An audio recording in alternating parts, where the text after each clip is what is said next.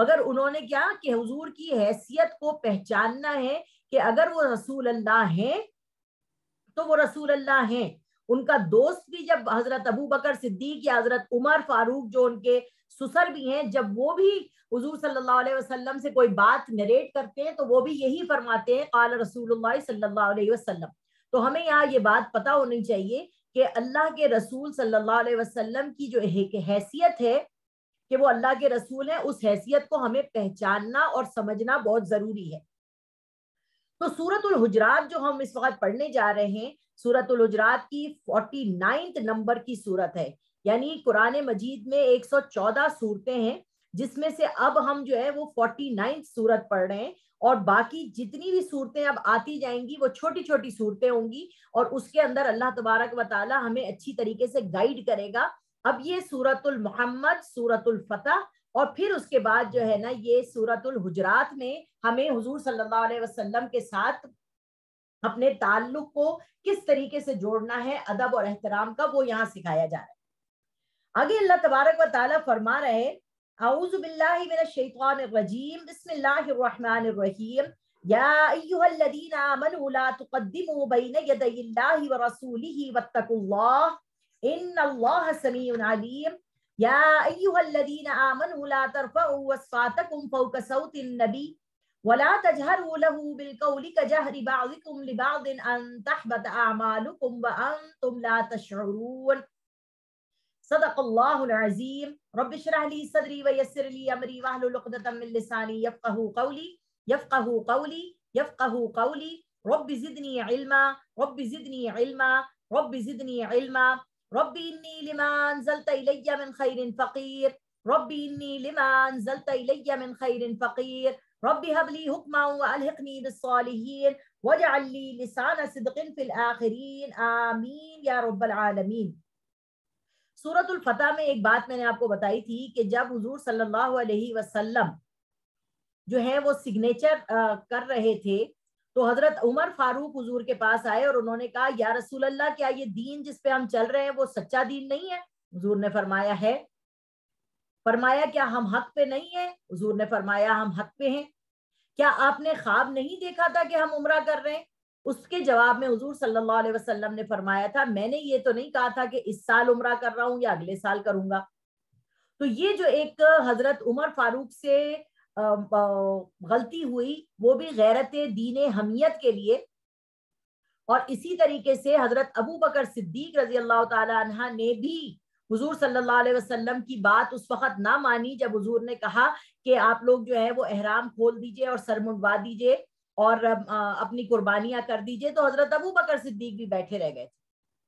تو یہ چیز جو ہے دونوں کو بڑا عجیب سا لگتا تھا کہ یہ کیا ہوا. پھر اسی طرح سے اس سورت کا شان نزول یہ ہے کہ حضرت ابو بکر صدیق اور حضرت عمر فاروق مسجد نبوی میں حضور صلی اللہ علیہ وسلم کے پاس بیٹھے ہوئے تھے اور کچھ گفتگو ہو رہی تھی، اور اس گفتگو میں یہ ہوا کہ بحث مباحثہ ہونے لگا اور ایک دوسرے سے آوازیں جو ہے نا وہ اونچی ہونے لگی. جب آوازیں اونچی ہونے لگی تو اللہ کے رسول ان کے درمیان بیٹھے ہوئے تھے. قرآن مجید کی یہ آیت نازل ہو گئی یا ایھا الذین آمنوا لا تقدموا بین یدی اللہ ورسولہ واتقوا اللہ ان اللہ سمیع علیم. اے مومنو اللہ اور اس کے رسول کے آگے پیش قدمی مت کرو اور اللہ سے ڈرتے رہا کرو، بلا شبہ اللہ خوب سننے والا خوب جاننے والا ہے. یہاں پر اللہ تبارک و تعالیٰ آپ کو یہ بات بتا رہے ہیں کہ اگر حضور صلی اللہ علیہ وسلم کوئی بات کہہ رہے ہیں تو آپ کو جو ہے نا ان کی بات کو سمجھ نہیں بھی آ رہی تو آپ کو اس کے اوپر سمعنا و اطعنا کرنا ہے کہ ہم نے سنا اور ہم نے اطاعت کی. آپ کو اس بات کی حکمت نہیں بھی پتہ چل رہی تو آپ کے لیے یہ لازمی ہے کہ آپ اس کو سمعنا و اطعنا کر کے قبول کر لیں. یہاں پر اللہ تبارک و تعالیٰ جو ہے وہ صحابہ کرام کو ایک طرح سے سرزنش کر رہا ہے اور ان کو یہ بات سکھا رہا ہے، اور ان کی وسادت سے ہم سب کو بھی یہ بات سکھا رہا ہے کہ اللہ اور رسول سے آگے اپنی بات کو مت رکھنے کی کوشش کرو. اور یاد رکھیے جب ہماری لڑائی ہوتی ہے تو ہم نے کیا پڑھا تھا آیت المنافقی ثلاثن، کہ منافق کی 3 نشانیاں ہیں اور چوتھی اس میں ایڈ کی تھی وَإِذَا خَاصَمَ فَجَرَ، کہ وہ جھگڑا کرتا ہے تو گالی گلوچ پہ آ جاتا ہے، برا بھلا کہنے لگ جاتا ہے. تو یہاں پر اللہ تبارک و تعالیٰ کہہ رہے ہیں کہ جب رسول سے کے سامنے بات کر رہے ہو تو اپنی آوازوں کو پست رکھو اور اپنی یعنی اللہ یہ جان لو کہ اللہ تبارک و تعالیٰ خوب سننے والا اور خوب جاننے والا ہے. اور یہ چیز اللہ کو پسند نہیں آ رہی کہ حضور صلی اللہ علیہ وسلم آپ کو کہہ رہے ہیں چپ ہو جاؤ, سمجھ لو بات, اور آپ سن نہیں رہے اور آپ اپنی باتوں میں لگے ہوئے ہیں. تو یہ یہاں پر سرزنش کی گئی ہے. یہی ادب اور یہی احترام مجھے بھی اور آپ کو بھی کرنا ہوتا ہے. جب ہم مسجد نبوی جاتے ہیں تو وہاں پر رسول اللہ کے روضے کے سامنے جب ہم جاتے ہیں تو بہت سی خواتین وہاں جا کے ایسی آوازیں نکالتی ہیں. بہت سی عورتیں جو ایک دوسرے کو دھکا مار رہی ہوتی ہیں, ایک دوسرے کو جگہ دے نہیں رہی ہوتی ہیں. تو ہمیں یہ کوشش کرنی چاہیے اور سمجھنا چاہیے کہ ہم رسول اللہ صلی اللہ علیہ وسلم کے دربار میں حاضر ہو رہے ہیں. اللہ تبارک و تعالی ہماری نیتوں کو دیکھ رہا ہے, نیتوں کو جان رہا ہے, ہمارے جستجو کو جان رہا ہے, ہماری محبت کو جان رہا ہے. جیسے کہ میں نے آپ کو بتایا پچھلی صورت میں ہم نے کیا پڑھا تھا, لقد رضی اللہ عن المؤمنین اذ یبایعونک تحت الشجرۃ فعلم ما فی قلوبہم, کہ جب صحابہ کرام نے حضور صلی اللہ علیہ وسلم سے حضرت عثمان کے قتل کا بدلہ لینے کے لیے بیعت کی تو ان کے دلوں کی نیت اور اتنی ان کے اندر پاکی اور صفائی تھی ان کی نیت کے اندر کہ اللہ تبارک و تعالیٰ کہہ رہا ہے کہ مجھے ان کی نیت پتا تھی تو میں نے ان کے دل کو سکون عطا کیا اور میں نے ان کے دل کو راحت عطا کی. اسی طریقے سے جب ہم رسول اللہ کے روزے کے اوپر جاتے ہیں تو ہمیں سکون اور راحت نصیب ہونے کے لیے ہمیں ادب کا لحاظ رکھنا بہت ضروری ہے.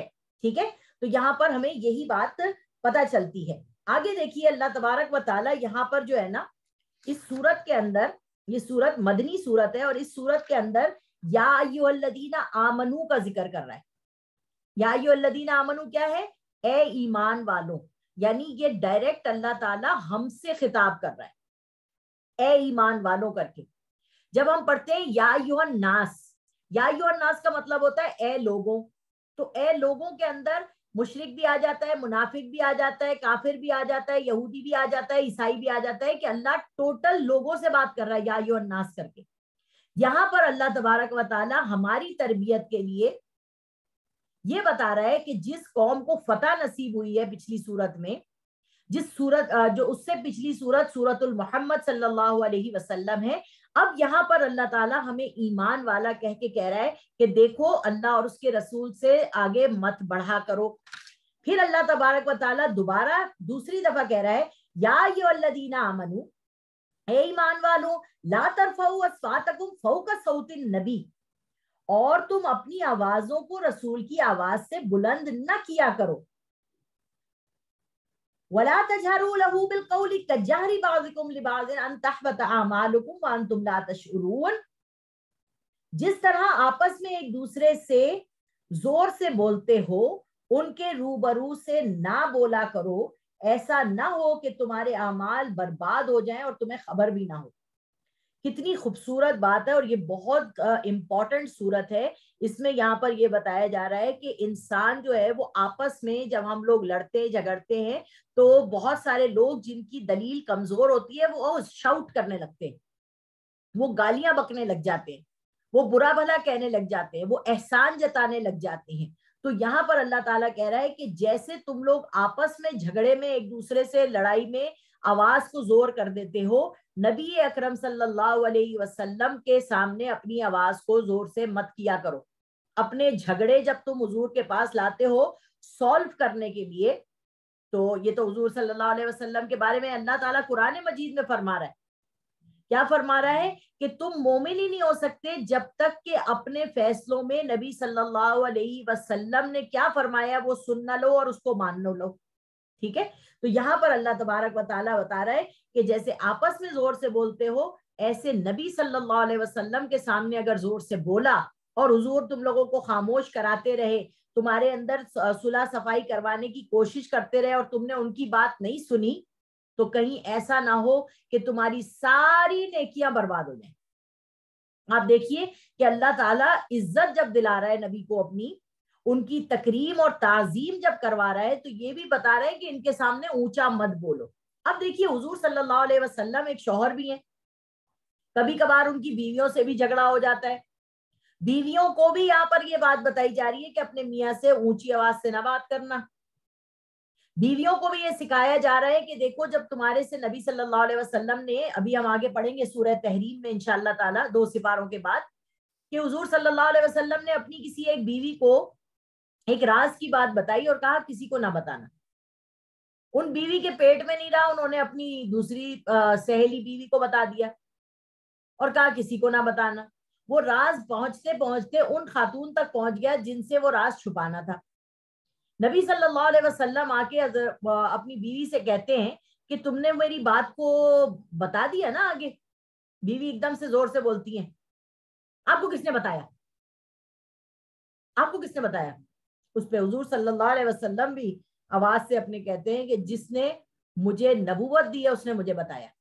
ٹھیک ہے, تو یہاں پر کیا ہے کہ بیوی کو بھی حکم دیا جا رہا ہے کہ اپنی اوقات میں رہو, اپنی حد میں رہو. یہ تمہارے پاس تمہارے شوہر تو ہے مگر یہ اللہ کے رسول ہیں.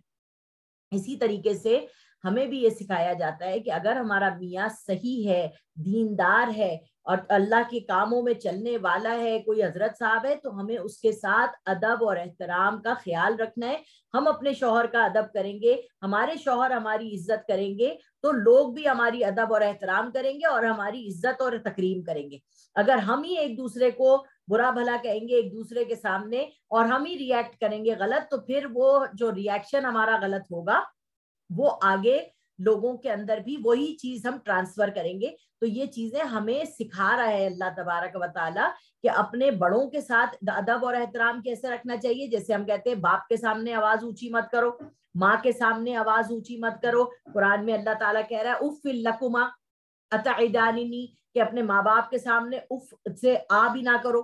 تو یہ چیزیں کیا ہے, یہ سب ادب اور احترام ہے. اور یہ ادب اور احترام آج بھی قائم اور دائم ہے جب ہم رسول اللہ صلی اللہ علیہ وسلم کے روزے پہ جائیں. آج بھی قائم و دائم ہے جب ہم نعتوں کے اندر اتنی زور زور سے ہم اعلان کر رہے ہوتے ہیں, اتنی زور زور سے ہم ہاتھ اٹھا اٹھا کے نعرے بازی کر رہے ہوتے ہیں رسول اللہ صلی اللہ علیہ وسلم کے لیے. یہ چیزیں جو ہیں یہ پسندیدہ نہیں ہے, یہ ہمارے اعمال کو برباد کر دیتی ہیں, اعمال کو حبط کرا دیتی ہیں. تو یہ ہمیں نالج اچھی طریقے سے ہونی چاہیے. ان الذين يغضون اصواتهم عند رسول الله اولئك الذين امتحن الله قلوبهم للتقوى لهم مغفرة واجر عظیم.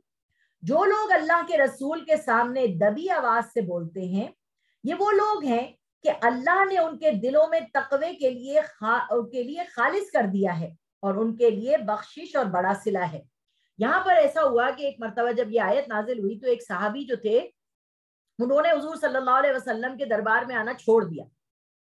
تو حضور نے پوچھا کچھ عرصے کے بعد کہ وہ فلانے صحابی آ نہیں رہے, کیا بات ہے؟ تو صحابہ کرام نے کہا کہ یا رسول اللہ وہ اپنے گھر میں بند ہو گئے اس لیے کیونکہ ان کی جو آواز کی پچ ہے نا وہ ہے ہی زور کی, یعنی وہ آہستہ آواز سے بول ہی نہیں سکتے. تو اس لیے جو ہے نا وہ چھپ گئے ہیں اپنے گھر میں کہ اگر کہیں ایسا نہ ہو کہ میں حضور کے سامنے کوئی بات کروں تو وہ میری آواز اونچی ہو جائے اور میں جو ہے نا میرے اعمال حبط ہو جائے اور میں کہیں کا نہ رہوں. آپ دیکھیے کتنے معصوم لوگ تھے اس زمانے کے. تو نبی صلی اللہ علیہ وسلم نے ان کو بلایا اور ان سے یہ بات کہی کہ دیکھو آواز کا اونچا ہونا کیا ہے. آواز کا اونچا یہ ہے کہ بدتمیزی میں آپ آواز اونچی کر رہے ہیں. آواز کا اونچا یہ ہے کہ آپ دوسرے کی بات سننا نہیں چاہ رہے, اپنی بات اس کے اوپر ڈالنا چاہ رہے ہیں. یہ آواز کا اونچا ہونا ہے. انسان کو اللہ تبارک و تعالیٰ نے والیوم اونچی نیچی دی ہے. جیسے اب میں درس کر کر کے میری والیوم جو ہے وہ اونچی ہو گئی ہے, میں آہستہ بول ہی نہیں سکتی. اگلا یہ سمجھ رہا ہے میں اس کو ڈانٹ رہی ہوں, یا اگلا یہ سمجھ رہا ہے میں اس پہ چیخ رہی ہوں, یا اگلا یہ سمجھ رہا ہے میں اس پہ بدتمیزی کر رہی ہوں. نہیں, میری آواز کی پچ ہی ایسی ہو گئی ہے بول بول کے درس کر کر کے کہ وہ جو ہے نا وہ لاؤڈ ہی ہو گئی ہے. کیوں؟ کیونکہ ہمیں بہت سے لوگوں تک اپنی آواز کو پہنچانا ہے. بغیر مائک کے آپ دو لوگوں کو سنا رہے ہیں درس کو, تو آپ کی آواز کی پچ کھل گئی ہے. ٹھیک ہے, یہ وہ آواز نہیں ہے. تو صحابی کو حضور صلی اللہ علیہ وسلم نے فرمایا کہ نہیں, یہ مطلب نہیں ہے اس کا, بلکہ مطلب یہ ہے کہ بدتمیزی میں آواز اونچی نہ کرو. تو آپ دیکھیے کہ کتنے خوبصورت دین ہے ہمارا کہ اس کو ایکسپلین کرنے کے لیے ایک صحابی جو ہے نا ان کی مدد لی اللہ تعالیٰ نے کہ تم ایسا کرو, اور تمہیں جواب جب ملے گا تو وہ پوری رہتی دنیا کی امت تک کے لیے وہ جواب ہو جائے گا.